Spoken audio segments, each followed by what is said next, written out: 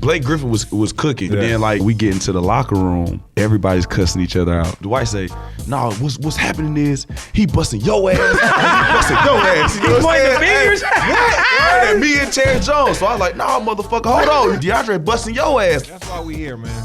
Straight playoff basketball talk. So jumping into 2015, beat the Mavs in round one. You, j-smoove, was cooking, averaging 17 that series. What were you doing differently in Houston than you were doing in some of the other spots? I mean, I credit Coach McHale, man. You rock with McHale? I love him, man. He's a great coach. I mean, I wouldn't say that he's like super into X's and O's, but like as far as like getting the most out of his players, he does a great job at doing that. Yeah. You know what I'm saying? And then we had so many veterans on the team that he didn't really have to help us with X's and O's. We kind of like was figuring that shit out on our own. Knew the game. Yeah, and we was all listening to each other and all that stuff. So, I mean, when I got out there, they just like, you know what?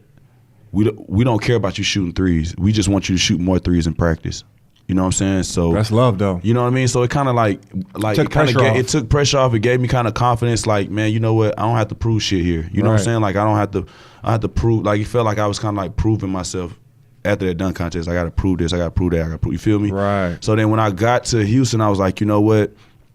When we was in the gym and getting my shots up, and then it started like transitioning and transitioning over to like the game, and then I felt free. Like I just felt free. Like they know my basketball IQ is like through the roof. So like I'm not gonna take any kind of crazy ass bad shots consistently. I'm not gonna, you know what I'm saying? I was very unselfish. Right. So they'll leave me at the top of the key, and they'll basically like just whatever action you create is what we do. You know what I'm saying? That's so great, though. It kind of like it gave me like I don't know. It just made me feel super confident. Felt like I belonged there. You know what I'm saying? And then, you know, that series was. That Dallas series was fun. It was fun. I mean, it was like throwing lobs to Dwight all day. Yeah. It was like, and then it was fun. That was a fun series.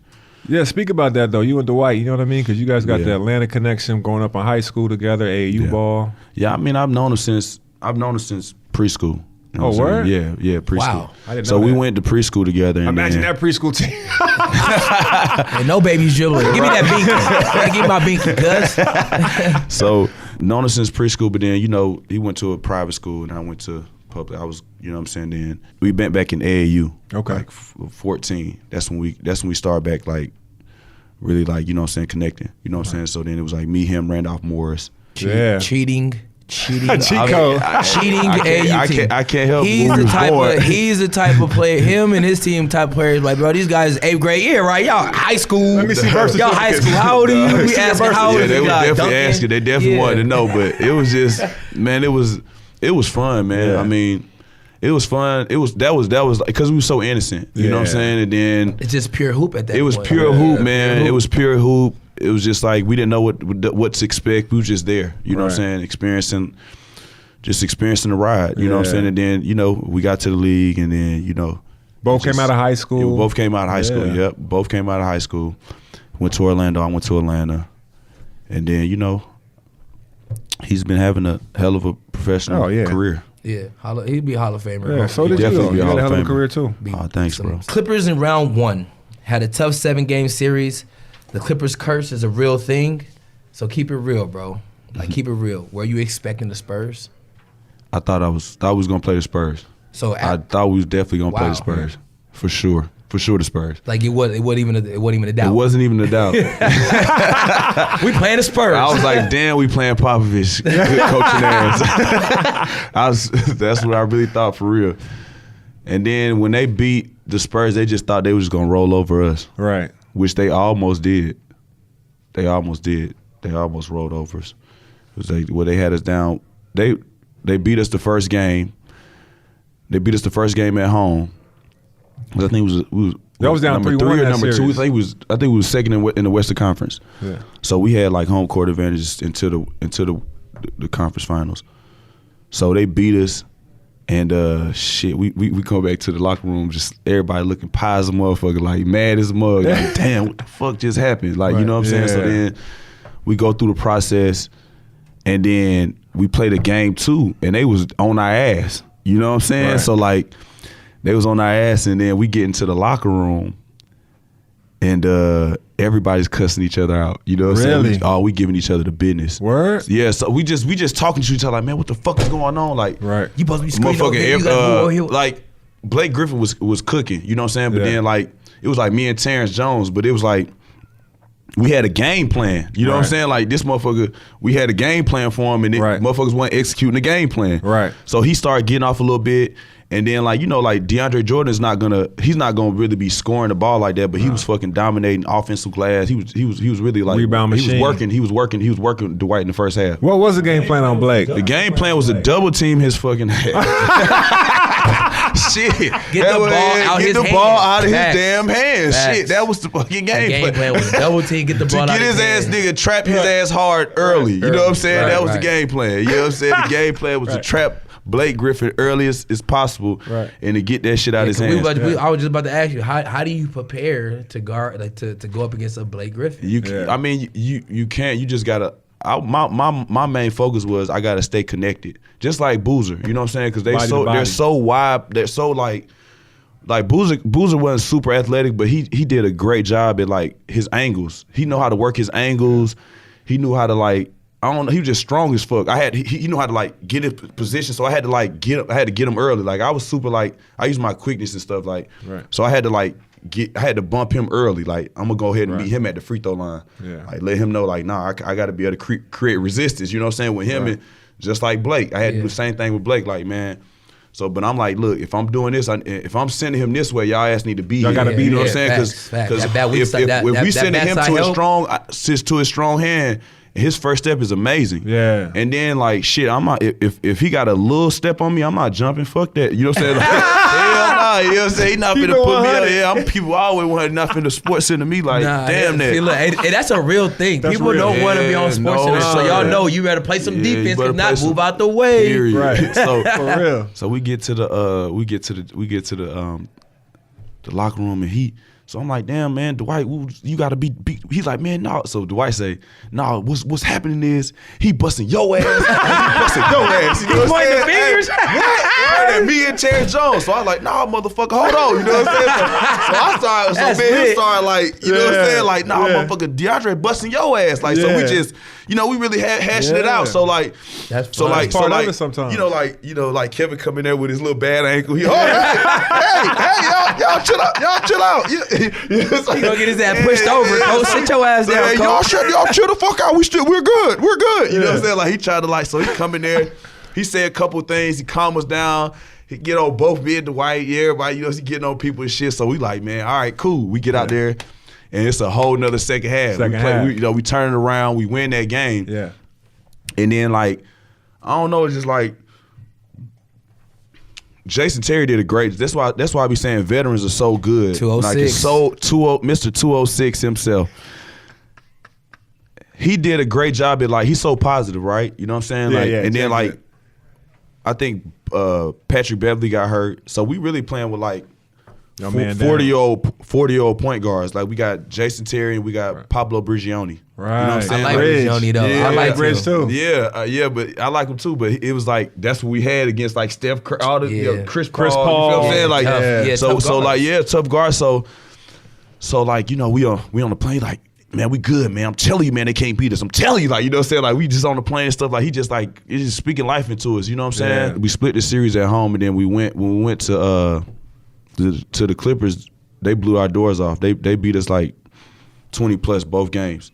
So when we went back home, it was I'm just looking at everybody's faces. I ain't really saying shit. I'm just trying to I'm trying to look at everybody's body posture and you know what I'm saying, see what's going on. You know what I'm saying? So it used to be we used to play cards and shit. So it'd be Jason Terry right here, James, and then me, and then I used to sit next to James, and then it'd be Jason Terry, and then Corey Brewer. Right, Brewer. You know what I'm saying? My man Brew. So we just gambling, playing cards, and we just talking. He's just like, man, you know what? We good, man. We good, man. We just win this one game. We back cracking. We win this one game. So I'm like, yeah, man. So I'm just looking at everybody. So I'm kind of I'm seeing goddamn James kind of Bobby's head, and I'm Brewer with it. I'm all right, man. Shit, look. Everybody else might not feel this way, but we got to make sure they believe. Right. You know what I'm saying? So when we played the game 5, we beat the shit out of them, right? So they oh. So Doc Rivers shook Kevin McHale's hand, was like, y'all played a good game. It's over with though. It'll be over. Oh, word? He was talking to him. Yeah, it's just like, it'll be, what I'm saying? Like, y'all played good, it'll be over. Like, basically, like, it's gonna be over with. Wow. So like, they was trying to do little shit like to motivate us, like on the way to Game 6, like, oh, they already done put that they was making it, they was advancing and all this shit. But I ain't give a damn about that shit at that time. Like at this point, if y'all don't have motivation for us winning or going home, fuck that shit. You know what I'm saying? Like, yeah, you don't gotta know what I mean? Like, so it was just like, it was like super kind of like walking on eggshells and shit, like for like up into Game 6. So we have a little meeting and shit. The game is in LA? Or it's in LA. That's why they like, oh, it's over with. So y'all had home court. Yeah, we had home court. So they basically like, shit, the shit is over with. Right. So they was like, man, we finally get the Western Conference Finals. They talking big. They put it on their Twitter feed, their Instagram feed, all that shit.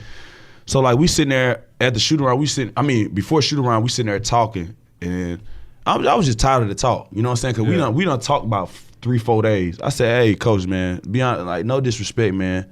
I'm just tired of talking, man. Let's just fucking just go. Whatever happens, happens. You know what I'm saying? Like, man, look, man, if y'all niggas ain't ready, you know what I'm saying? That's what I said. Like, if y'all niggas ain't ready, man, shit, fuck it. You know what I'm saying? Like, but I'm gonna come out here and put my motherfucking shit on the line though. You know what I'm saying? And I know James gonna do it. I know Jason. I know all these folks. What y'all gonna do? What is everybody else gonna do? Y'all stop looking like this. Right. Y'all motherfuckers looking like y'all defeated already. Stop looking like that. You know what I'm saying? Get y'all ass up and let's go. Right. So you know what I'm saying? We went through the practice and stuff. And then they jump on us like, well, it's kind of like a tug and war. Then they jump on us a little bit. Mm-hmm. So like James really not playing the best. Like you know what I'm saying. Like we expect, like we know he can, but it's up to us to help him. We can't expect to like always like, man, we need you to have 50. You know what I'm saying? Like he had help. So I'm like, shit. So he made the sub. It was like me, Brewer, Trevor Reza, Jason Terry, and Dwight. Oh, they benched James. Yeah, they benched James, and that's why he probably got fired. That's what I believe. McHale. I honestly believe that. I honestly believe that. But we won. We made it to the Western Conference Finals. Shit because of you. You start cooking though. But see, and then once I hit my, see, it was like. Once I started playing, it's like one of those things like, man, fuck it. You know what I'm saying? You know that shit like, that's why you probably that's why you when you started cooking it with that Chicago, hey, look, hey. Basketball go through that net. You what? Hey, I hit a couple threes and I'm like, all right now, you know what I'm saying? So then I'm like, man, fuck that. Give me the ball to White, you know what I'm saying? Like when you get the rebound, give me that shit. So he's like, he looking for me like I'm the point guard. He outletted me, so I'm come on in the drag. Yeah. So I was just working the 4-5 pick and roll from the drag perspective because they was on that shit because we was like running the drag like we was running that little pick and roll and against Dallas like I catch it kind of like mid post and then the White to come. Right. You got to switch it. And you got to get over. Yeah. And you got to get over. Like it's too tight. Yeah. It's too tight. And it's too low. It's Lob City. Yeah, live. Or I'm right there floating it or dunking it or something. You know what I'm saying? So like they had that shit. Doc coached the shit out of that shit. But then once we pulled that shit out to the drag, it was over with. So once I hit a couple, then Brewer hit a couple for me when I was passing it to him. Yeah. I just started slowly seeing they body parts started dropping. You know, I'm like, oh shit, we got them. I was like, we got their ass. We got them now. So then like, I'm just sitting there looking. See, people don't see this shit. People don't be saying this type of shit. So I'm looking like over there. We all, everybody getting motivated and shit. Like we getting excited. So I see the management. I'm just gonna say the management, the whole management like. Yeah. Put James back in. Oh, they yelling at him. Put James back in. Yeah. You know what I'm saying? What? But y'all cooking though. We cooking. Wow. You know what I'm saying? We cooking. So like Kevin like, all right, I got you. You know what I'm saying? He do that the whole time. Yeah. Well, I got you. Listen, man, this motherfucker's a Hall of Famer, man. You know what I'm saying? How the fuck can you question the Hall of Famer? He know what he doing. You know what I'm saying? This man knows exactly what he doing, man. He saw what the fuck was going on. Like, oh, they rocking. Yeah. So we got to goddamn, you know what I'm saying? We got to go with him. Yeah. We got to go with him. And then I start, like, once I knew it was kind of, when I hit that kind of like that step back three, I knew it was kind of over with. But what it feel like in that moment when you hit the step back tell three? Me what it feel like. You know y'all all basketball players, y'all all hoop. I'm that nigga, right?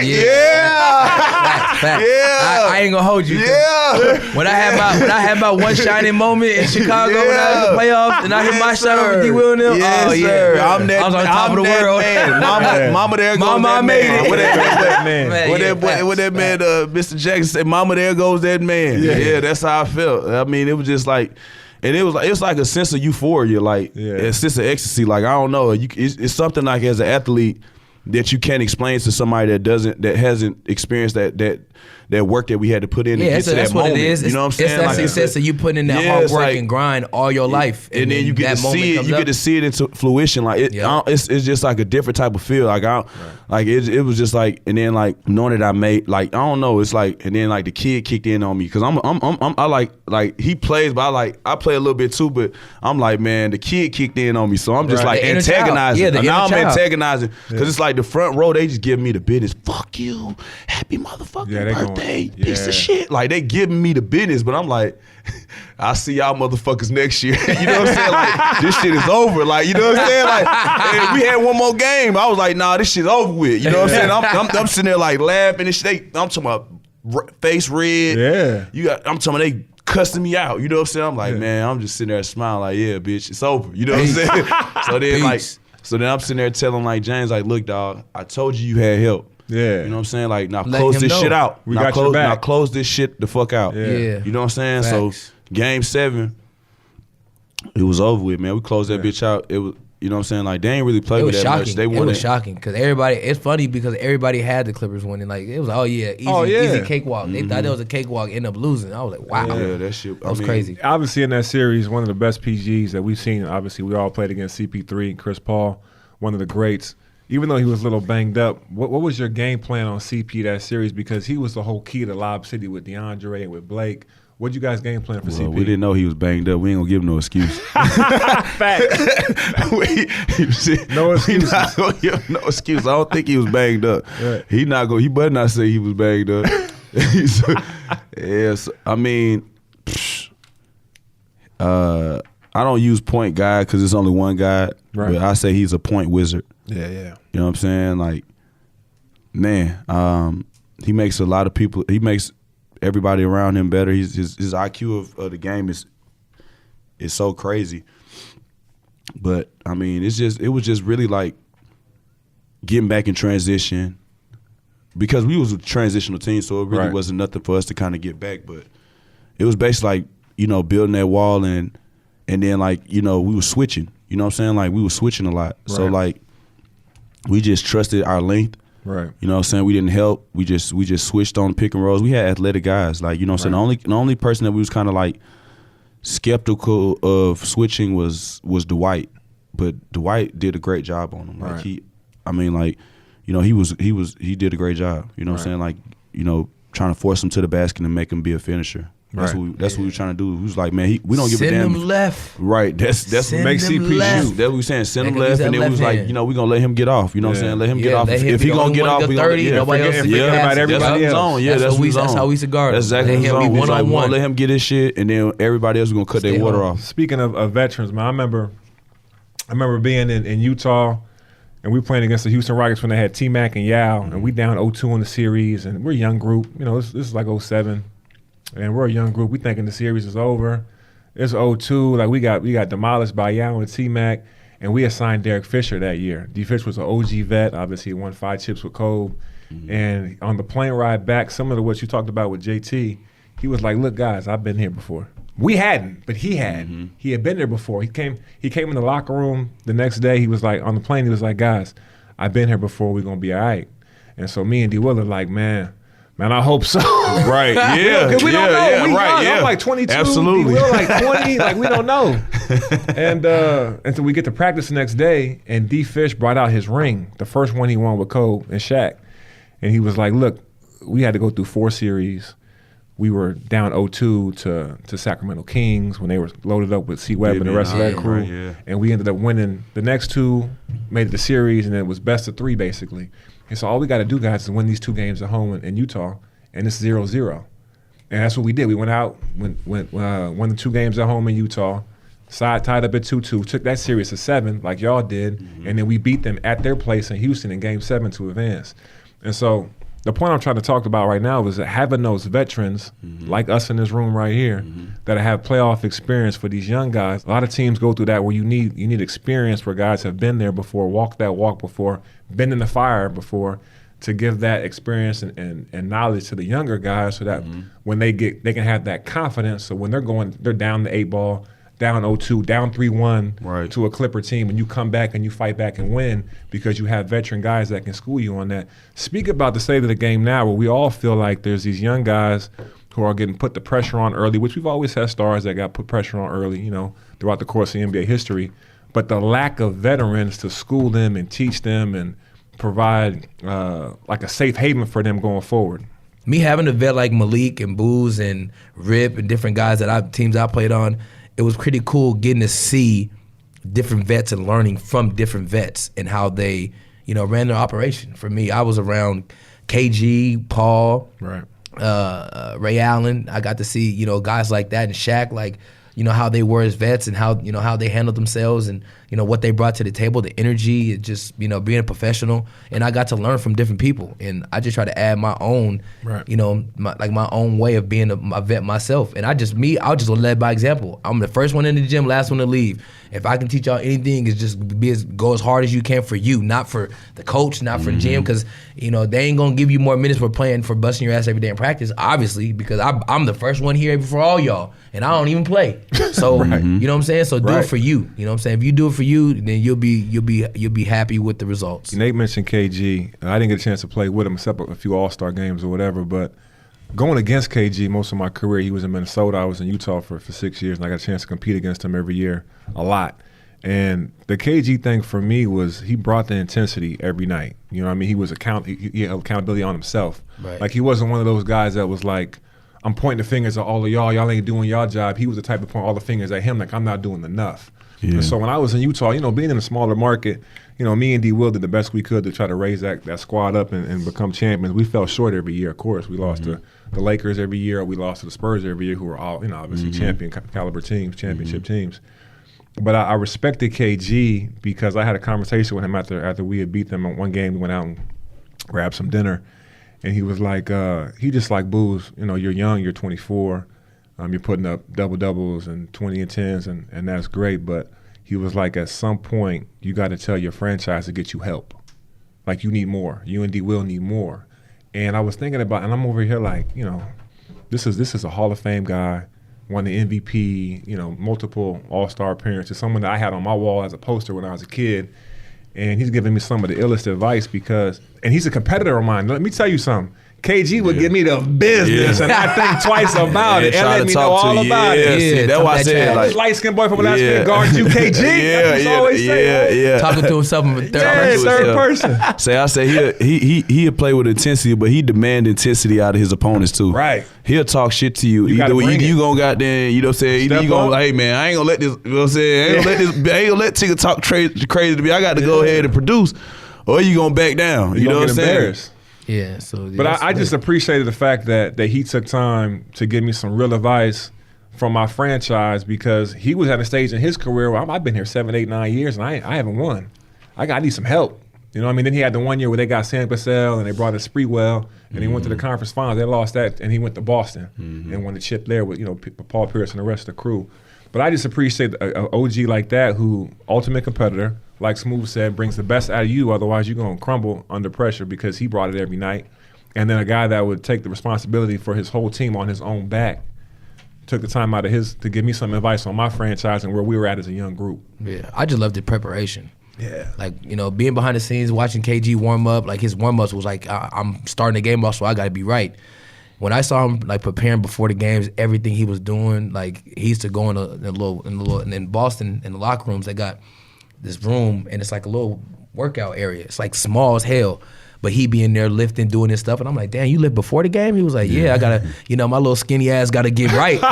He's always say that, my little skinny ass gotta get right, because I gotta bang with all these, these bigs, so I gotta be strong. So he be in there lifting his weights, doing his stuff, and I used to always watch him have his headphones in, talking to himself, and I'm like, bro, that self-motivation shit is real. Like, he's talking to himself, yeah, KG, you gonna kill him today. And I'm like, I'm looking like, is this man talking to Who are you himself? talking to? And he was like, yeah. He's like, sometimes you gotta look yourself in the mirror and you gas yourself. And I used to be like, all right, that's where I learned that from. You know, learning how to, be able to, self-motivate yourself to be ready to play and do your part. What was your game preparation like? Speaking of game preparation, what did you do before games? Yeah, my game prep like was, getting yourself my game ready prep for was very similar, man. Like I go to shoot around, knock out my routine, go over scouting report on y'all, what we're gonna do, watch some film. I go home, get a bomb ass meal, eat something filthier for lunch.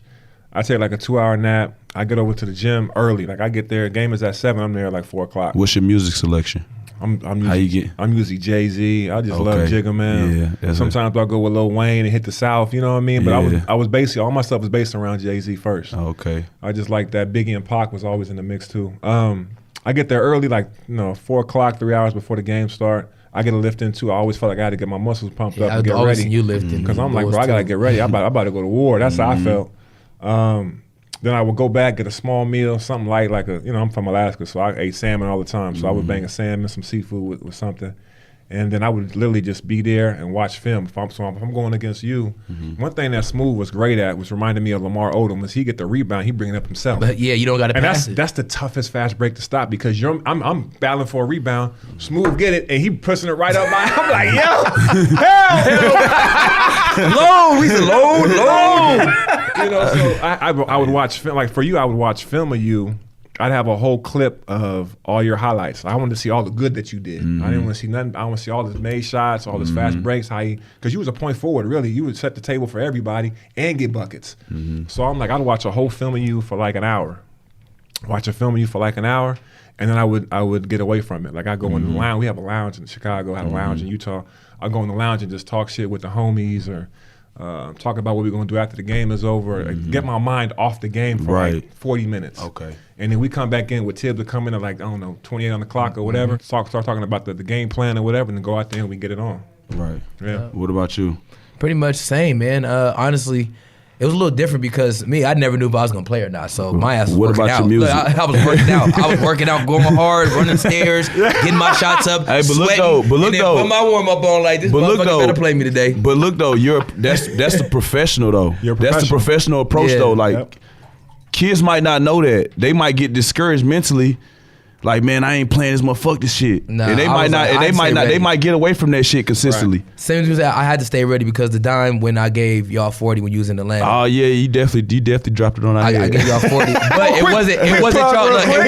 it wasn't y'all's fault. That's what understand that. Like I like coach not playing me for a whole month. You know what I'm saying? Then he just threw me in, and I was like, all right, I'm gonna bust my coach ass. Every person that I went against was my coach. So you know what I'm saying? What about the music? The music, let me see, at that time, let me see, what was I listening to? I was listening to Lil Wayne. I was a big fan of Lil Wayne. Me too. I was always West Coast, so I was E40, you know what I'm saying? E40, sir. Snoop. You got that lingo. Yeah, you know what I'm saying? E40, Snoop, Mac Dre. Like, I had my own little swag, and then I used to keep a journal.